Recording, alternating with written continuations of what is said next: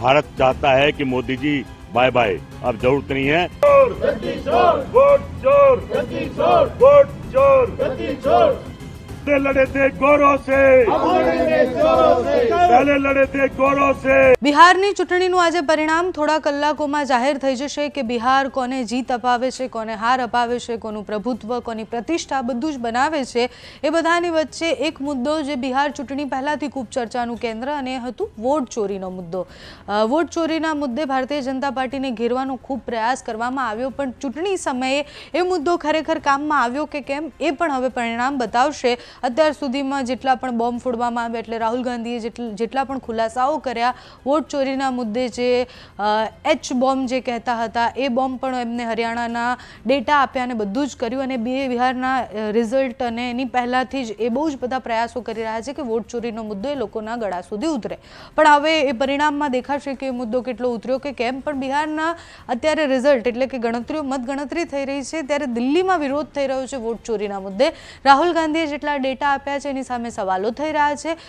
જેટલા પણ અત્યારે વોટ ચોર ગાદી છોડના નારા સાથે દિલ્હીમાં લોકો ભેગા થયા છે, રાહુલ ગાંધી કેમ સાચા છે અને ઇલેક્શન કમિશને શું કરવું જોઈએ એ વિષય પર વાત થઈ રહી છે। દિલ્હીમાં થયેલા એ વિરોધની ચર્ચા એટલે પણ છે કારણ કે એક બાજુ મતગણતરી થઈ રહી છે અને બીજી બાજુ વિરોધ થઈ રહ્યો છે। તો દિલ્હીથી જે વિરોધના દ્રશ્ય સામે આવ્યા છે, વોટ ચોરી પર લોકો શું કહી રહ્યા છે તે સાંભળીએ।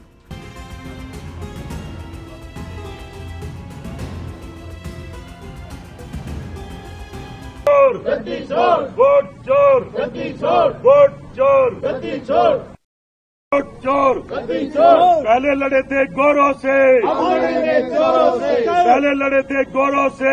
हम 14 साल से मोदी जी जो चाहते हैं वही होता है। चुनाव का कोई मतलब नहीं है। मोदी जी को, अमित शाह को और चुनाव को पता है बिहार में कौन जीतेगा कौन हारेगा।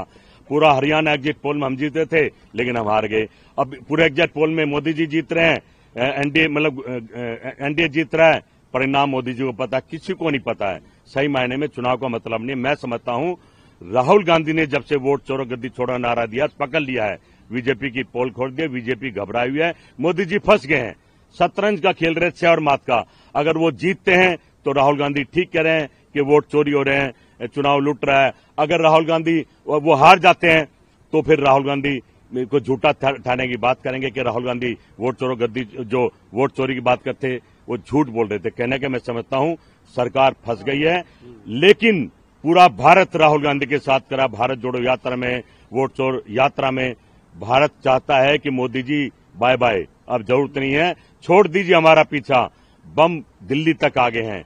आप फेलियर हैं, आपकी सरकार फेलियर है, आपकी एजेंसी फेलियर है। हमें तो डर था कि बड़े बड़े नेता अमित शाह, मोदी जी, राहुल जी दिल्ली में रहते हैं, ये किसके लिए बम आए थे समझ में नहीं आ रहा। मारे गए आम आदमी, मोदी जी भूटान घूम रहे हैं।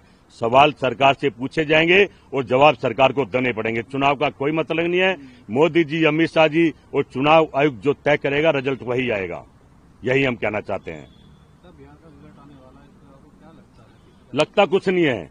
हरियाणा का रिजल्ट भी आया था, सारे एग्जिट पोल फेल हो गए।